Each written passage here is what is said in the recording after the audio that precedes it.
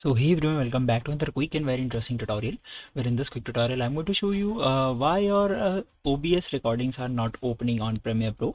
So there's a little quick fix for that. Now once you started recording and stopped recording, you need to just simply browse in the location where you have saved the file.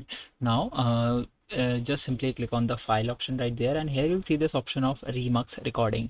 Click over there and here click on this three dots. Select the file that you have just recorded that's not opening on Premiere Pro. For example, let's say this one. I just simply hit open. Now once I do it, you will see that OBS recording is there and the target file have been also been marked there.